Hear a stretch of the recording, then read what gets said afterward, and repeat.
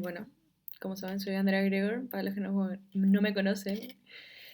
Le voy a presentar mi sesión clínica sobre una patología que para muchos no es de mucho agrado, que es el pie plano. Entonces empezamos. El pie plano, una patología difícil de clasificar por el espectro amplio de los arcos del pie. Existe un gran número de niños, adultos con pie plano flexible asintomático y esto se va a considerar una variante de la normalidad si no produce síntomas. En cuanto al pie plano de clasificación, se puede clasificar en congénito y adquirido. Yo en la sesión me voy a centrar en el pie plano adquirido.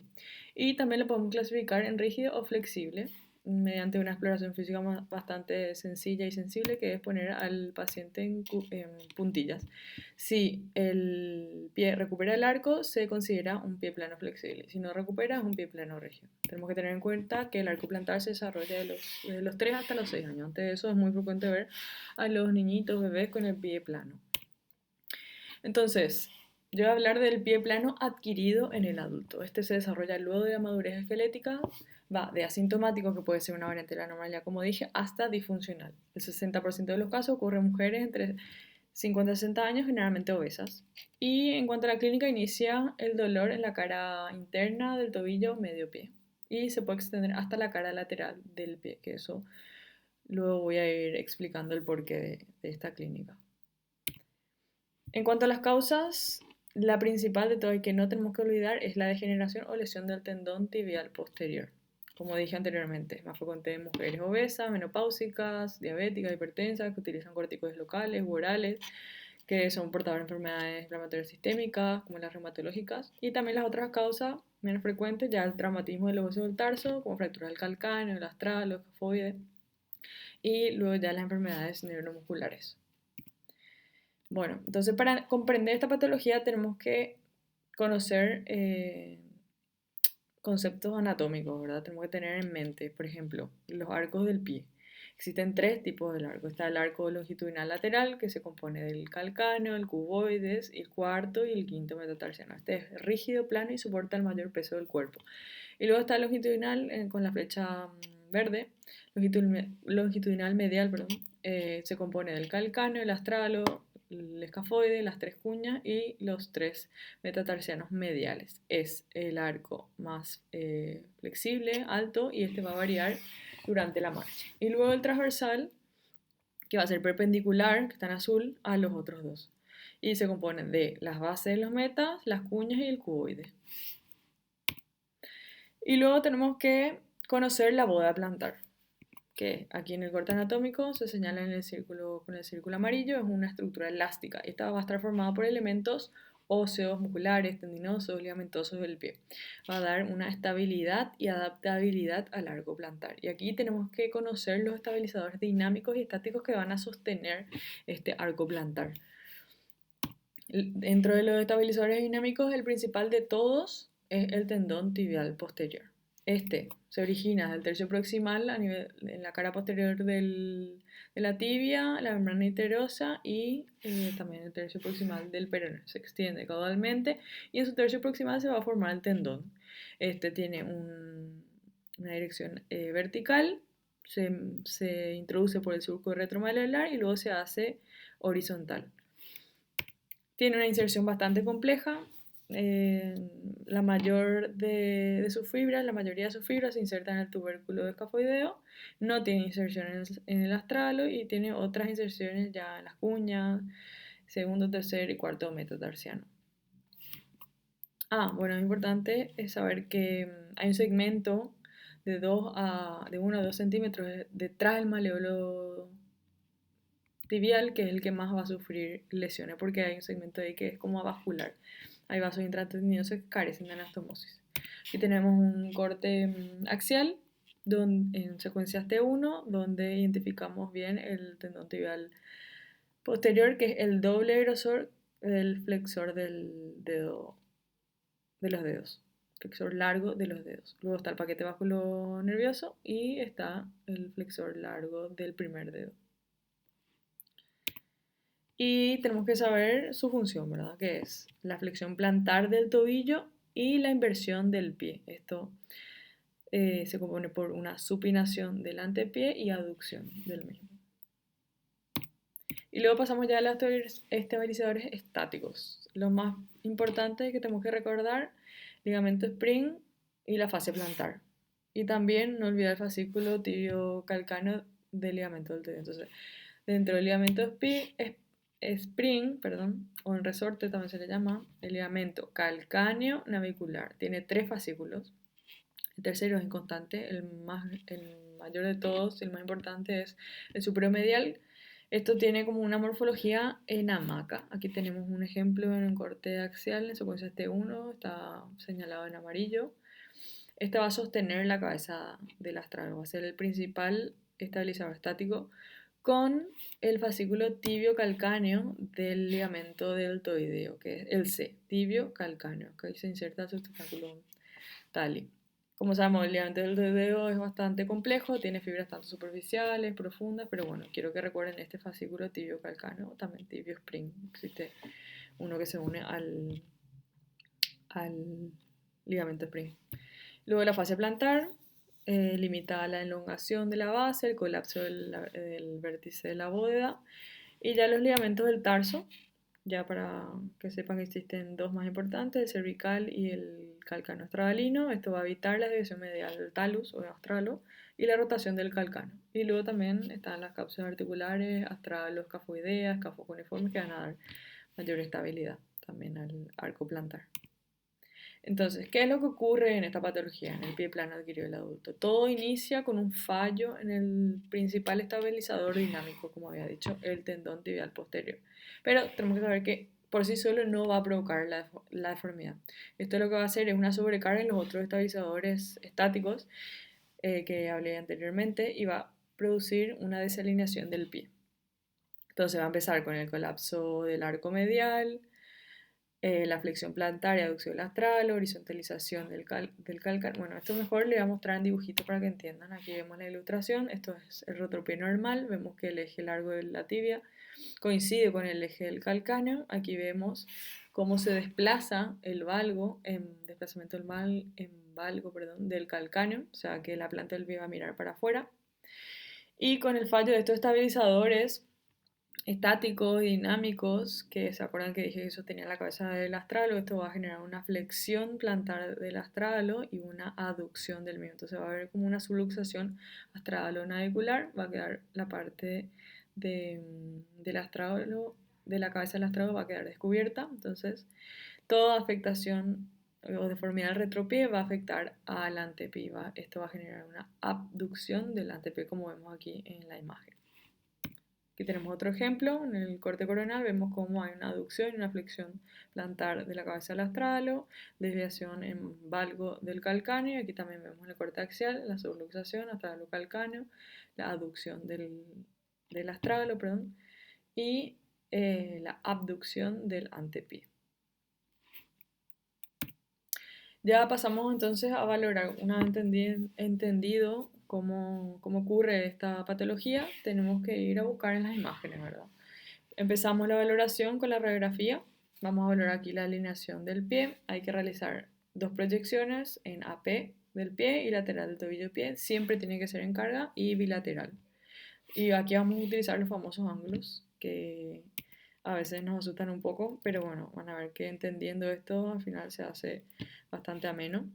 Les voy a mostrar los ángulos que tenemos que recordar. Por ejemplo, en la radiografía lateral del pie, donde vamos a valorar el colapso del arco longitudinal medial, que es el ángulo de inclinación del calcáneo, se traza una línea en la superficie plantar del calcáneo y otra en el plano horizontal, o puede ser a la cabeza del quinto metatarsiano. Los valores normales de 20 a 30, si este ángulo está reducido, como vemos aquí en el ejemplo en el ángulo negro, nos indica que hay un colapso del arco medial. Otro ángulo que tenemos que conocer es el ángulo talo primer metatarsiano o ángulo de Mary. Trazamos una línea por el eje largo del astralo y esta tiene que coincidir con el eje difisario del primer metatarsiano. Si esta no coincide en un ángulo mayor de 4 grados, ya se considera que hay un colapso también del arco medial y nos indica aún más que hay una flexión plantar del astral, como vemos aquí en la imagen. Y ya en la radiografía AP del pie tenemos que recordar este ángulo de quite, kite, como quieran llamarlo, que es el talo calcáneo. Se traza una línea que cruza por la mitad de la cabeza y el cuello del astralo y la otra por el margen lateral del calcáneo. Si este ángulo es más de 20, nos indica que hay un valgo del retropié, aquí en este ejemplo, por ejemplo. Y el otro ángulo que tenemos que conocer en la radiografía AP es el ángulo talo primer metatarsiano. Otra vez trazamos la misma línea que utilizamos en el otro ángulo, que pasa por el medio de la cabeza al cuello del astralo y tiene que coincidir con el eje diafisario del primer meta. Si cuando trazamos la línea sobre el eje largo del astralo, este está medial, nos indica que hay una aducción del astralo o una abducción del antepié. Y luego pasamos ya a la valoración por resonancia, que como sabemos es la técnica de elección para valorar las partes blandas, el edema óseo. Y bueno, aquí tenemos que buscar las lesiones del tendón tibial, de los ligamentos que hablamos anteriormente, los estabilizadores, ¿verdad? Del arco plantar. Se va a realizar un protocolo estándar de tobillo, las secuencias en sagitales tubuspin, eco y STIR, los axiales en DP, tubuspin, eco T2 y un coronal en DP, FATSAT. Aquí también podemos valorar el ángulo del retropié. Se traza una línea por el eje largo de la tibia y otro por el margen lateral medial del calcáneo. Si el ángulo es más de 6, nos indica que hay un valgo del retropié. Aquí vemos en el ejemplo que claramente hay un valgo del retropié. Aquí les traje una clasificación, una estadificación, ¿verdad?, del pie plano adquirido en el adulto, que se basa en hallazgos más bien objetivos. Ven la deformidad, los hallazgos en la resonancia, no tienen en cuenta los síntomas. Vemos aquí, va avanzando el estadiaje de acuerdo a la afectación de los estabilizadores, ¿verdad? Y va terminando, cuanto más grave es la patología, más vamos a ver afectación articular. Vemos artritis subtalar, el impingement lateral, etc. Cada uno obviamente tiene su tratamiento correspondiente. Entonces voy a poner unos ejemplos de lesiones del tibial posterior. Cómo se va a ver la tendinosis, por ejemplo, un engrosamiento, aumento de la intensidad de señal. Aquí en el corte sagital, este es un T2. Vemos cómo llama la atención el aumento de la intensidad de señal del tendón tibial, su engrosamiento justo a nivel retromaleolar, como le había indicado que es la zona donde más sufre este tendón. Puede haber también una sinovitis, que es cuando se rodea de líquido el tendón, pero este mantiene su intensidad y su grosor. Y puede también presentarse como una tenosinovitis si se acompaña de aumento de la intensidad de señal y el engrosamiento de dicho tendón. Y ya pasamos a las roturas. Las roturas pueden ser parciales o completas. Esta, por ejemplo, es una rotura longitudinal o en split. Aquí vemos cómo se va a ver en el corte axial. Aquí tengo un ejemplo, un DP-FATSAT, es la mayoría de las secuencias que le voy a mostrar, que es donde mejor se valora los tendones y ligamentos.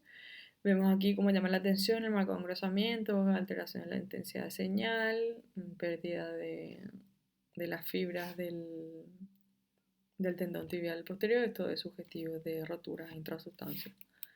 Y aquí ya la rotura completa, que hay una pérdida, una solución de continuidad del tendón y hay un gap, el cual se va a llenar de líquido. Entonces, aquí vemos un corte a nivel de esa rotura, donde vemos únicamente líquido. No vemos la fibra del tendón tibial posterior. Esto nos indica una rotura completa. Aquí, por ejemplo, vemos un ejemplo de un ligamento spring en el corte sagital. Vemos aquí un ligamento spring conservado y aquí claramente está alterado. Vemos engrosamiento, aumento de la intensidad de señal, no se ve el patrón de sus fibras como vemos aquí en la imagen de la izquierda. Esto es sugestivo también de rotura. Aquí tenemos otro ejemplo en el corte axial. Vemos el ligamento spring, su fascículo superomedial, ligamento calcáneo navicular. Vemos que está aumentado de intensidad de señal y engrosado. Esto es sinónimo de una distensión del mismo. Y aquí ya tenemos otro ejemplo donde, por ejemplo, podemos valorar en el corte coronal seno del tarso Vemos aquí que está reducido, está colapsado, hay edema. Aquí el ligamento cervical, por ejemplo, no se distingue, probablemente está roto. Podemos valorar el ligamento spring también acá. Vemos claramente que está engrosado, aumentado de intensidad de señal. Vemos que la cabeza del astragalo está aducida. Este es un ejemplo de un ligamento tibio spring conservado. Vemos que la intensidad de señal y el patrón de sus fibras está normal. Aquí vemos también un ejemplo de una rotura del ligamento tibio spring, que es parte del deltoideo. Vemos aquí que hay un aumento de intensidad de señal y se pierde el patrón fibrilar normal. Aquí en rojo muestra una parte del tendón tibial posterior. Vemos que hay una línea de intensidad de señal líquida, que esto nos sugiere una rotura longitudinal. Y aquí está el retináculo flexor, que está bombado por todo el edema locorregional, ¿verdad? Pasamos a otro ejemplo, ya en estos casos más avanzados, donde podemos ver el edema óseo, el impingement subtalar y lateral.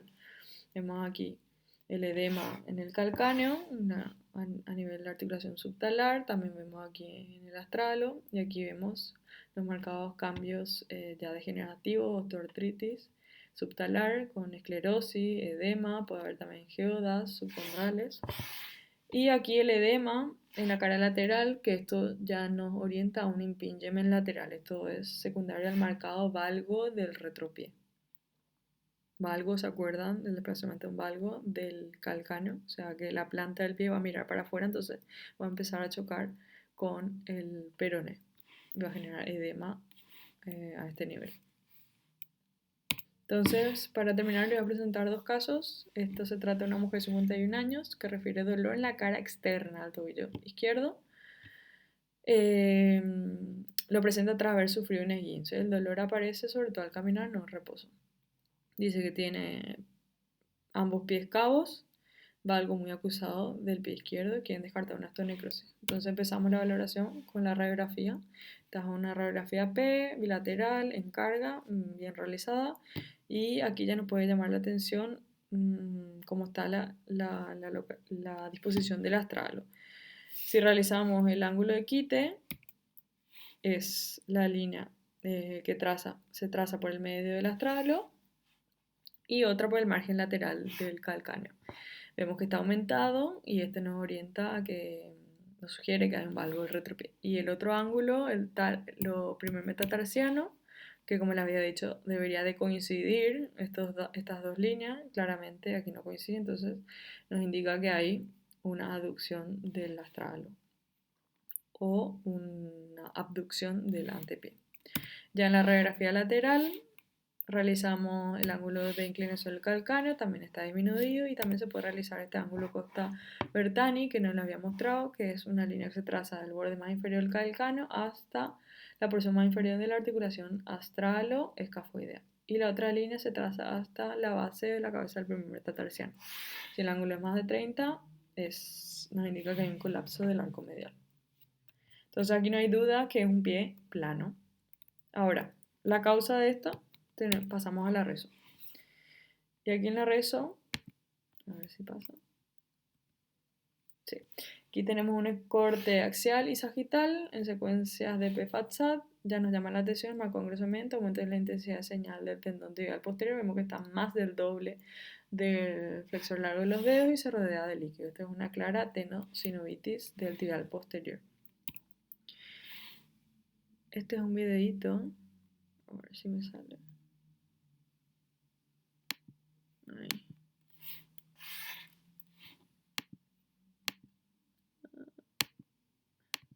No, ¿por qué no me sale? A ver. Ahí. Vemos un corte coronal, secuencias de PFAT-SAT. Y aquí, como nos llama la atención, ya el engrosamiento del tibio calcáneo, del ligamento spring, el colapso del seno del tarso, el edema, Este paciente tiene un síndrome del seno del tarso. Vemos la aducción de la cabeza al astralo. Todos los estabilizadores estáticos están afectados. Por lo tanto, vimos la distensión del ligamento tibiocalcáneo, el spring y el edema del seno del tarso que nos indica que hay un síndrome del seno del tarso, ¿verdad? Probablemente. Aquí en estos cortes sagital y coronal claramente vemos el impingement subtalar con la esclerosis, el edema en el calcáneo, también a nivel del astralo. Por lo tanto, este paciente tiene un pie plano adquirido el adulto por la afectación de todos sus estabilizadores, tanto dinámicos como estáticos, con la marcada ya osteoartritis subtalar. Este paciente se le operó, se le hizo osteotomía, artrodesis y vemos como claramente recuperó los ángulos del pie, su arco plantar medial conservado y el eje astralo primer metatarsiano también están ya alineados. Y el otro caso, una mujer de 57 años, dolor en maleolo peroneal a nivel de los tendones, sospecha de una tenosinovitis, posible síndrome compresivo. 2 años de evolución, valorar tendones peroneos.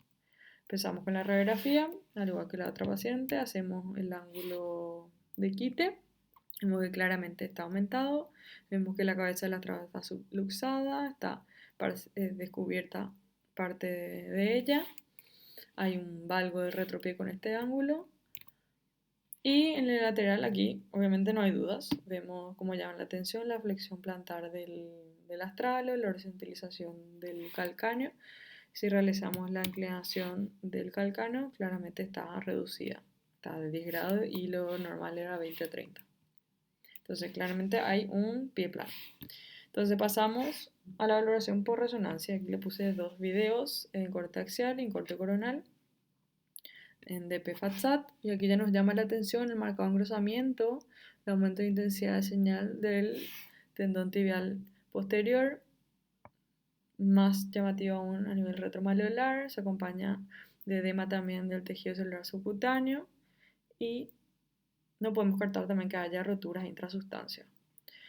Vemos aquí parte del ligamento spring, también con signos de distensión del mismo, con aumento de intensidad de señal. Aquí nos llama la atención, voy a poner pausa, el marcado edema del seno del tarso. Y a nivel de los tendones peroneos, me llama la atención el ligamento del peroneo, el tendón del peroneo corto. Vemos aquí que hay una solución de continuidad. Esto es una rotura longitudinal del peroneo corto, entonces va a coincidir con la clínica que presentaba la paciente. ¿Y esto por qué se debe? Bueno, aquí en el coronal le voy a mostrar que aparte del pie plano, tiene ya un colapso del seno del tarso, aquí les muestro, con marcado edema. Esto claramente también tiene un síndrome del seno del tarso, tiene un impingement también subtalar con edema, marcado edema del calcáneo. Vemos que los estabilizadores estáticos, vemos aquí el spring, ligamento spring, está engrosado, aumentado de intensidad de señal, vemos aquí cómo se ve muy bien. Vemos que la cabeza lateral está ahí totalmente aducida, flexión plantar. Esto es el edema del seno del tarso, el impingement subtalar y vemos que asocia un impingement también lateral. Vemos aquí el edema de partes blandas en esta región que es secundario al marcado valgo del retropié. Por lo tanto, esta paciente también tiene un pie plano adquirido. Vemos aquí también, sigue el video, la afectación del tendón tibial posterior. Un pie plano adquirido del adulto con signos de impingement subtalar, signo del seno del tarso, impingement lateral y que se acompaña de una rotura del tendón del peroneo corto. Entonces, para terminar, bueno, aquí están todos los hallazgos, les resumí. Y para terminar, como conclusión, tenemos que saber que el pie plano adquirido del adulto se debe a una cascada de anomalías del pie que empiezan con una disfunción del tibial posterior y finalmente provocan el daño de los otros tejidos de soporte, como había dicho, los estabilizadores, ¿verdad? Estáticos. Eh, Condicionan a mala alineación del pie, anomalías en la marcha y artrosis en los casos más avanzados. Las pruebas de imágenes son muy importantes en la valoración del pie plano. Se inicia con la radiografía, que es el gold standard, por su bajo costo y simplicidad, pero carecen de reproducibilidad y precisión. Entonces, la resonancia ha cobrado mucha importancia para la valoración de las partes blandas de esta patología. Entonces, para estadificar y realizar un correcto manejo y tratamiento. Esta es la bibliografía y bueno, a pesar de tener o no pie plano, hay que seguir caminando. Muchas gracias.